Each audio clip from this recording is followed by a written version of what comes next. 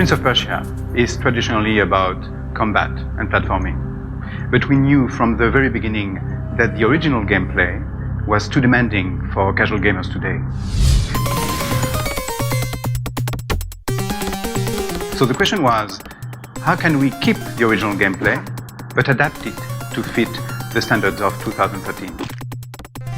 The basic theme of Prince of Persia platforming is the feeling of danger. How each step could be your last step, but with the frustration of failing repeatedly. We wanted to make it challenging, but not frustrating. To keep it challenging for expert players, because you can make your own perfect path, we have acrobatic, fast and fluidic moves. For beginners, it still has to be challenging, but we made it more forgiving and easy to handle by adding assist and cautious mode. Combat in the original had more danger, more uncertainty, but less feedback. This was really cool, but made it hard to read and difficult to understand. This led to player frustration, which was unfair to the entire player experience. To make the combat fair, we made it more intuitive and easier to anticipate. We did this by adding more signs and feedback. We also made it more tactical. You can sneak your way up close to an enemy and surprise him. Sometimes you'll face 2 enemies at a time and can choose how to attack your enemy. You can do this using our combo system. Use the Tiger Thrust to push an enemy off a ledge, or the Serpent Strike to heal yourself if you're low on health.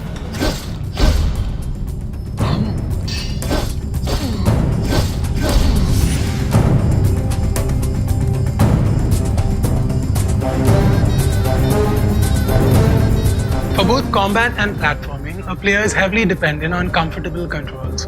We wanted to keep the controls as simple and intuitive as possible. As simple and intuitive like your day-to-day interactions with your touchscreen devices. Therefore, we decided to go with gesture controls by default. We designed the gesture controls so that they can be used by anyone, everyone, not only traditional gamers.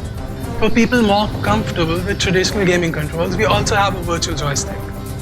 For Prince of Persia, The Shadow and the Flame, anyone can just pick up and play.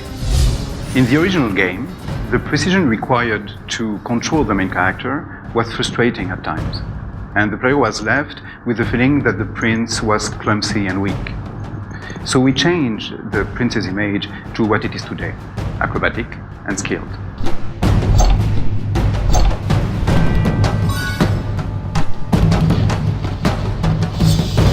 That's it for today. See you all next time for more on Prince of Persia, The Shadow and the Flame.